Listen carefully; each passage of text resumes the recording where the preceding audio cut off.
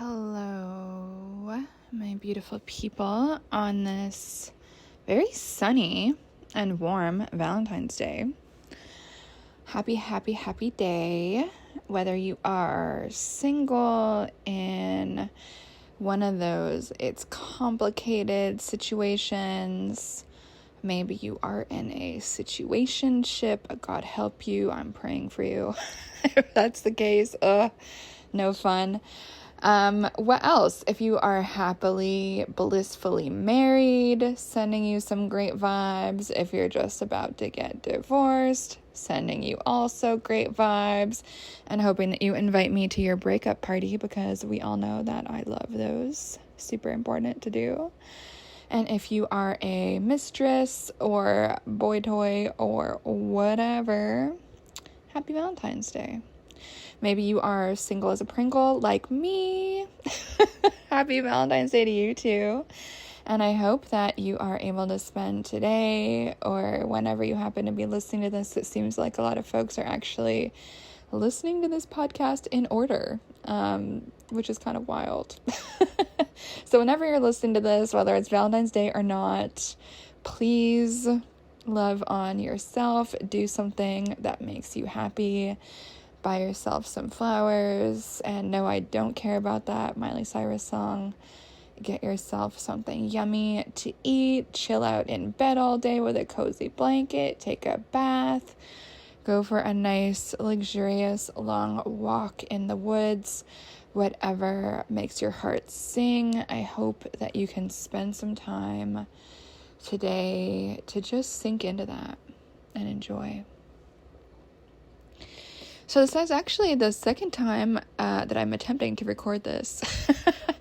The first time I tried was like 2 a.m, and I accidentally called this podcast Seasons of a Witch, even though it clearly is called Secrets of a Witch. But despite that slip of the tongue, it is interesting, right? Because we are all in different seasons of our life, and I can feel my allergies revving up, even though it's only mid-February. I can hear the birds singing. Yesterday I wore a tank top outside. So in my neck of the woods, the world is waking back up, and we are moving into a season of rebirth, right? The beginning of the Western astrological New Year is just around the corner, with Aries season bumping up into ourselves, because it's what Aries do, next month. That's pretty soon. And Valentine's Day, love and sex month of February, and in my opinion, that energy really does start now and continue into the budding newness of spring, right? Animals are beginning to mate, do their thing. It's mating season for a lot of creatures up here in Canada, and I do feel like this time of year really reawakens and alivens that sense of sexuality and play and love and flirtation in us humans as well, if we decide to be open to it, which I think is super fun and beautiful, and I'm excited for all of that vibe to continue on into this year. But one thing I really wanted to get into for our episode today, and what I tried to record very sloppily last night at 2 a.m. and failed, was this idea of availability and being available for certain things and not being available for other things. So I think sometimes in life and in dating, I see a lot of folks complain about this or that or whatever, and that can also show up in family relationships, in communities, friendships, whatever. And I see a lot of people like complaining about blah, blah, blah. They did this, they did that. I don't like it. I said that blah, blah, blah. I said this, I said that. And then here we are. I'm still going through some bullshit, right? We've all been there. I've been there too. So it's cool. No judgment. But I do think this is something that it is crucial to reframe into some kind of way that works a little bit better for us and reminds us of our own agency, our own ability to control our lives, to make new choices, and to really have strong and firm, but also easy breezy boundaries. And when I say easy breezy boundaries, I don't mean that like, our boundaries are fluid and permeable, though they absolutely can be. But what I mean is it doesn't have to feel so hard and serious. It can feel easy. So let's say you have a particular standard for your life that you're hoping to step into, a new intention for this season. And someone that you're really into is not meeting that standard. Let's just imagine for a second. So if we're going to frame that in terms of boundaries, like oftentimes how I see people talking about that is they'll be like, this is my boundary. And then the person will like not step up. And then the person will be like, oh my God, they didn't step up. Like, I'm so upset. Or what can I do to like persuade them? And that is not an easy breezy relationship to our boundaries. Because ultimately, people have agency too, right? It's not just us. Other people have agency as well. And they get to decide what they do with their time, energy, etc. And so instead of being stressed out that someone else is not rising to what we want them to rise to, having this relationship to our boundaries, which is more about being available or not available, it means that we can just say, okay, that's cool. If you're not going to rise up, then I'm not available for that type of connection. Simple. Bye. And it doesn't have to feel serious or heavy. And when we have this notion of being available for certain things or not being available for things, there is an easy breeziness kind of baked into that, which personally I'm obsessed with.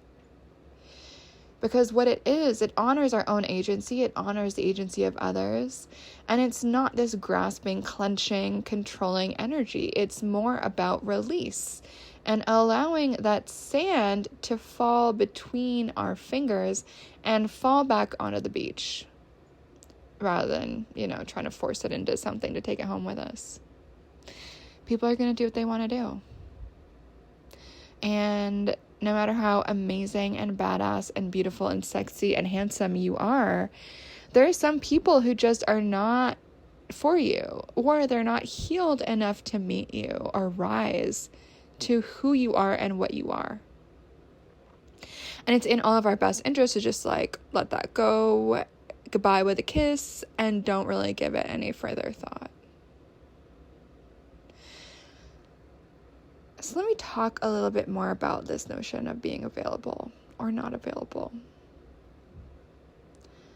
So why I love this framing, there's so many reasons, but I find it so freeing, so luxurious, so juicy. Because instead of having this thing where we're just like drawing all these lines in the sand all over the place and like kind of embodying the Emperor tarot card, if you guys know that, especially in the Rider-Waite-Smith deck, this kind of like grumpy, firm, stern dude, a lot of the time folks enforce and express their boundaries in a very Emperor tarot card kind of way. Intense. But we actually don't have to think about it that way. We can move instead like the Empress tarot card, which is my current fave card. It keeps following me around this year, which I am so stoked about. I feel like it's going to be a really good year. My Empress year, which I guess makes sense. It's a third tarot card in the Major Arcana, card number 3. And I am 33 this year, my friends. And of course, it is 2023. So 3's fucking everywhere. Such a great number.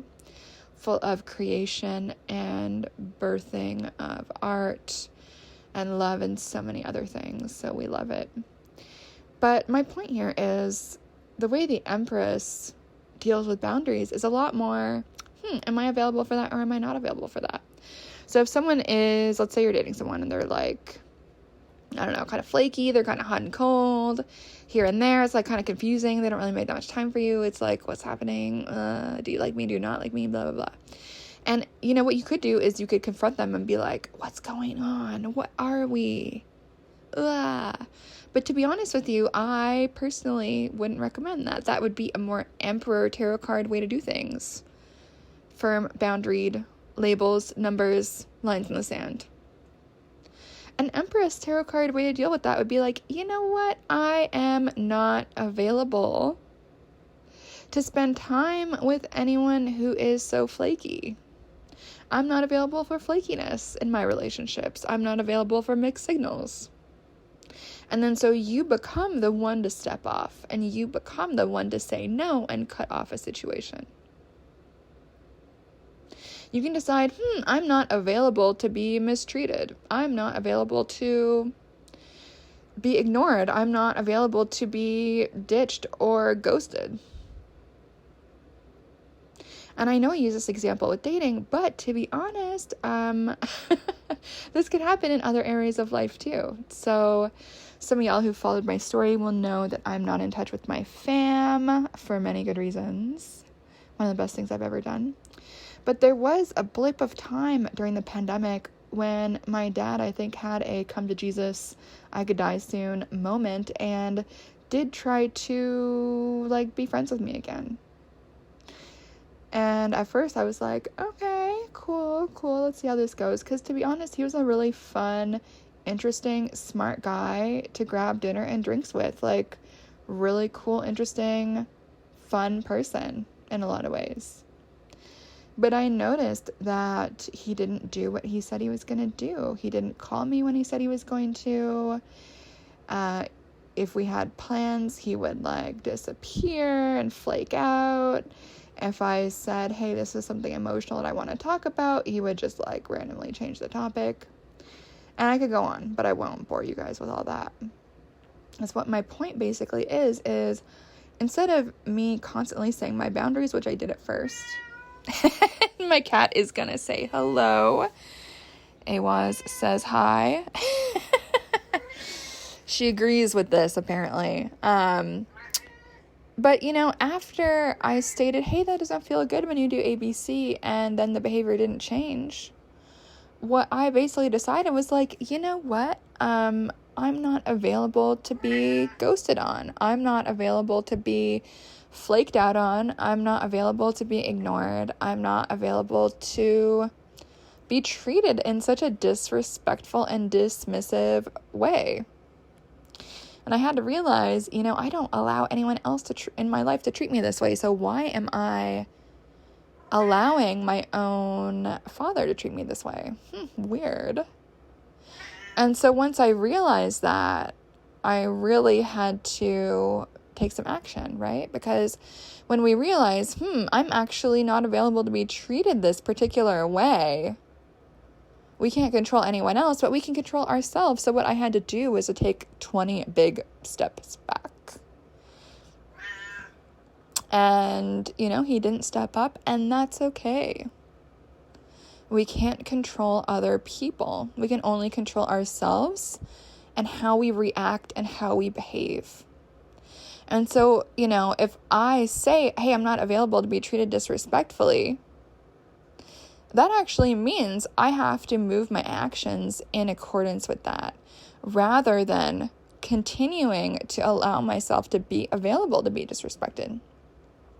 So I had to put my money where my mouth was. I had to put my actions and my behaviors where my intentions and ideas and thoughts were, which is not easy to do. Because I see a lot of people say, I am not available to be treated ABC, or my boundary is XYZ, but, they don't leave. They don't make a change. They continue to tolerate that. And so when we do that, it does confuse the universe. It can fuck up our manifestations. It can mess with our magic, and it can drain our creative energy and the fire in our bellies, our creative center that fuels our passion for our life. And so when we are thinking about this, what am I available for? What am I not available for?